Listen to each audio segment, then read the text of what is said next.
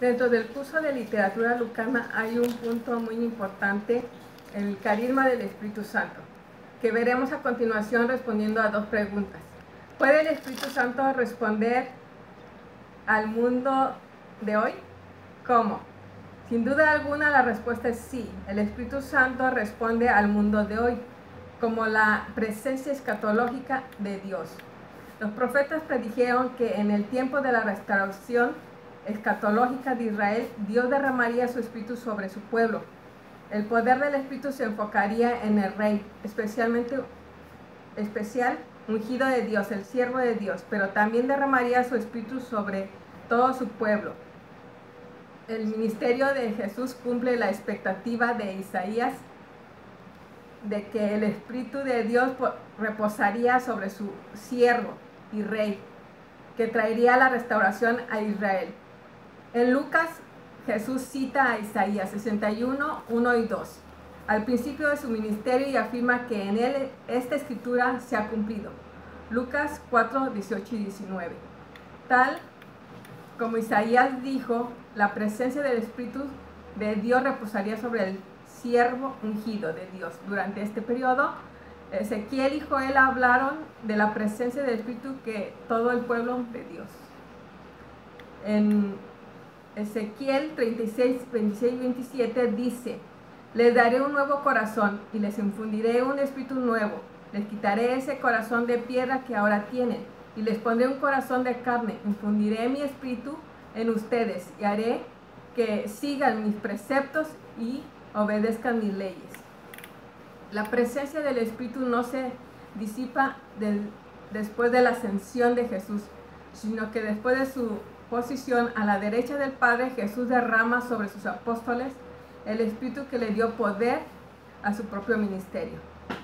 Y por el ministerio de ellos, el Espíritu, el Dios de ellos, Dios derramaría su Espíritu sobre los creyentes. Así el Espíritu, con sus funciones, siempre ha respondido, y a estas funciones se mencionan 5 que destacan. 1. El Espíritu Santo ayuda a la iglesia en su testimonio del Evangelio. El Espíritu capacita a los apóstoles y a otros creyentes para dar testimonio efectivo del Evangelio, incluso en situaciones de persecución. Dice Jesús: no deben preocuparse acerca de qué decir, porque el Espíritu Santo les proveerá de las palabras precisas. Se hace énfasis en que la función del Espíritu es para dar poder para la proclamación del Evangelio y luego ayuda a dar testimonio ante las autoridades. 2. Da a la iglesia dirección estratégica en cuanto a dónde predicar el Evangelio y a quién.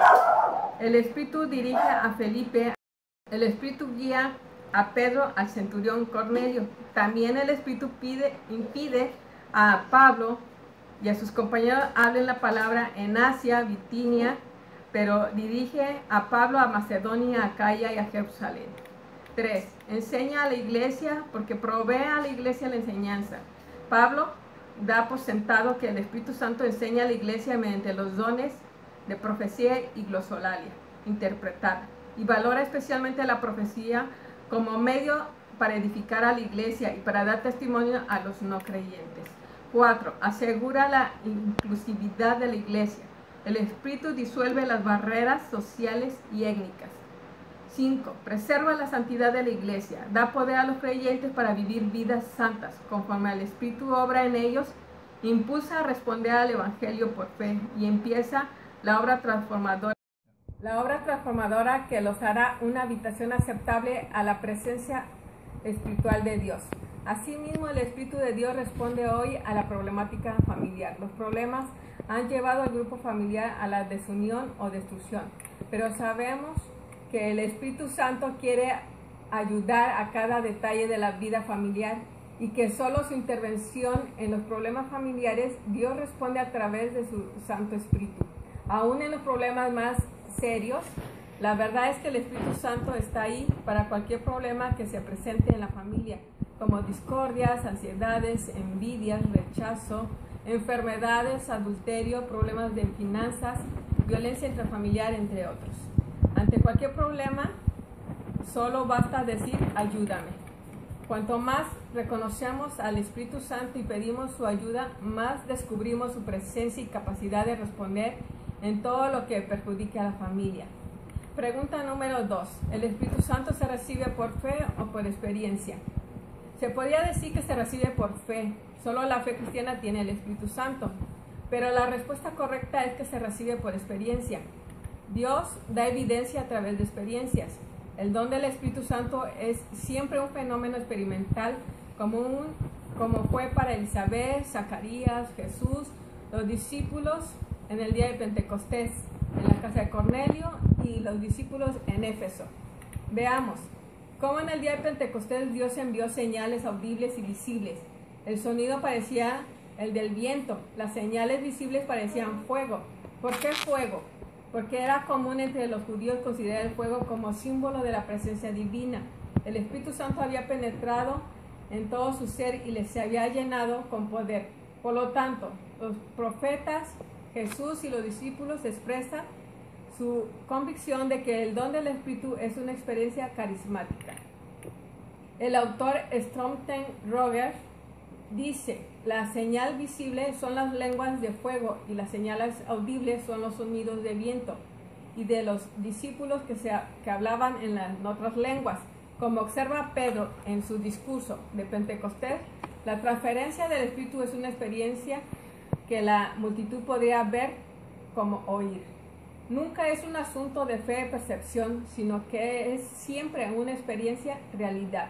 El intento perjudicial de romper el vínculo entre recibir el Espíritu por fe y recibir el Espíritu por experiencia, con la presunción de que la fe es superior a la experiencia e independencia de ella, no se puede armonizar con el relato de Lucas del don del Espíritu. Despreciar la dimensión experimental del don del Espíritu es, en la terminología de Pablo, apagar el Espíritu. Para el creyente, el Espíritu Santo es la llave de la dádiva y aproximación espiritual. Se puede decir que el Espíritu Santo es la experiencia de Dios en el creyente y el Espíritu Santo es la acción viviente de Dios en el mundo. El Espíritu Santo en su ministerio se concierne especialmente en transmitir al creyente los frutos de la victoria de la obra consumada por Cristo sobre el Calvario. El énfasis en Hechos se relata el cumplimiento de la promesa que Jesús había dado, la experiencia de la iglesia al seguir la dirección del Espíritu Santo y al predicar con poder y osadía sobre un modelo que inspira y desafía a los creyentes de hoy. Gracias.